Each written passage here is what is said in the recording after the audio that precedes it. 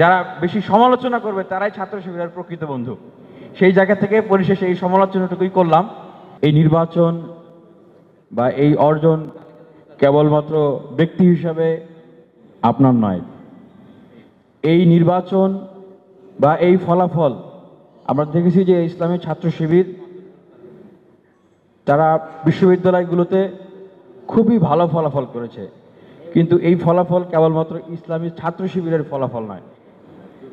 এর কারণ অবশ্যই আপনারা যারা নেতৃবৃন্দ বিগত সময়গুলোতে এই ফ্যাসিবাদ থেকে মুক্তি পাওয়ার জন্য বিশ্ববিদ্যালয় ক্যাম্পাসগুলোতে যে লড়াই সংগ্রাম হয়েছে, বিশ্ববিদ্যালয় ক্যাম্পাসগুলোতে আমাদের অসংখ্য ভাই বোনেরা ফ্যাসিবাদের বিরুদ্ধে লড়াই করে অত্যাচারিত হয়েছে, মামলা খেয়েছে, হামলা খেয়েছে, প্রতিবাদ করেছে, অভ্যুত্থান হয়েছে।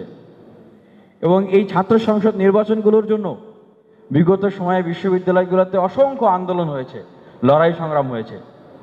সুতরাং যারা এই গণতন্ত্রের দ্বারকে উন্মুক্ত করার জন্য লড়াই সংগ্রাম করেছে, ত্যাগ করেছে, হামলা মামলা নির্যাতনের শিকার হয়েছে, দলমত নির্বিশেষে, এইটা পুরো বাংলাদেশের অর্জন, এটা পুরো তরুণদের অর্জন।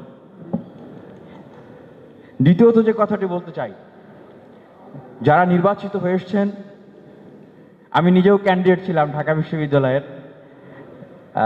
সাদিক কায়ুম আমার অত্যন্ত স্নেহভাজন, তিনি আমার কম্পিটিটর ছিলেন, বিজয়ী হয়েছেন। আমি তাকে শুভকামনা জানাই, শুভেচ্ছা জানাই বিশেষভাবে।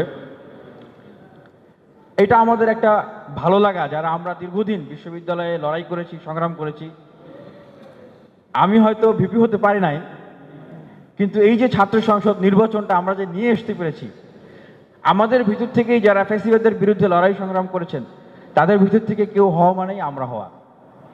সেটা যেরকম আমরা ধারণ করি যে আমাদের যে স্বপ্নগুলো আছে, দেশকে নিয়ে আমাদের যে ভাবনাগুলো আছে, দিল্লি না ঢাকা যে স্লোগান দিয়ে এই ঢাকা বিশ্ববিদ্যালয় থেকে, এই বাংলাদেশ থেকে আমরা ফ্যাসিবাদের পতন ঘটিয়েছি, সেই দিল্লি না ঢাকা, এই আধিপত্যবাদ বিরোধী এই প্রতিধ্বনিকে প্রত্যেকটা বিশ্ববিদ্যালয় ক্যাম্পাসে যারা নির্বাচিত হয়েছেন তারা তাদের বুকে ধারণ করবেন, লালন করবেন এবং জিইয়ে রাখবেন এবং শিক্ষার্থীদের জন্য কাজ করবেন।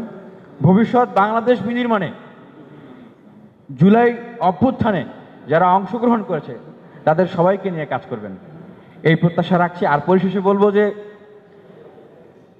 ছাত্র শিবির দুঃসময়ে যতটা তাদেরকে আসলে দুর্বল দেখা যায় বা খুঁজে পাওয়া যায় না প্রকাশ্যে, সুসময় আসলে তারা ততটাই শক্তিশালী। আমি মনে করি যে ছাত্র শিবিরের সেই দুঃসময়ের বন্ধু ছিলাম আমরা, তারাও আমাদের বন্ধু ছিল। তবে এই সময়ে একটা কথা আছে যে পাওয়ার করাপ্টস, অ্যাবসোলিউট পাওয়ার অ্যাবসোলিউটলি করাপ্টস। আবার মানে যেটা বলা হয় যে মেজরিটি বিজয় যেরকম আনন্দের সুখকর, আবার মেজরিটি বিজয়টা অনেক সময় ফেসিবাদকেও সেইভাবে করে প্রভাবিত করে বা বিস্তার লাভ করাতে পারে। সেক্ষেত্রে ছাত্র শিবিরের এই সময়ের বন্ধু হিসাবে আমি মনে করবো যে তাদের যারা বেশি সমালোচনা করবে তারাই ছাত্র শিবিরের প্রকৃত বন্ধু। সেই জায়গা থেকে পরিশেষে এই সমালোচনাটুকুই করলাম যে তারাও আসলে সেই গণতান্ত্রিক চর্চা বজায় রাখবে এবং অতীতের সেই সময়গুলোকে স্মরণ রেখেই ভবিষ্যতে সবাইকে সাথে নিয়ে পথ চলবে। ধন্যবাদ সবাইকে।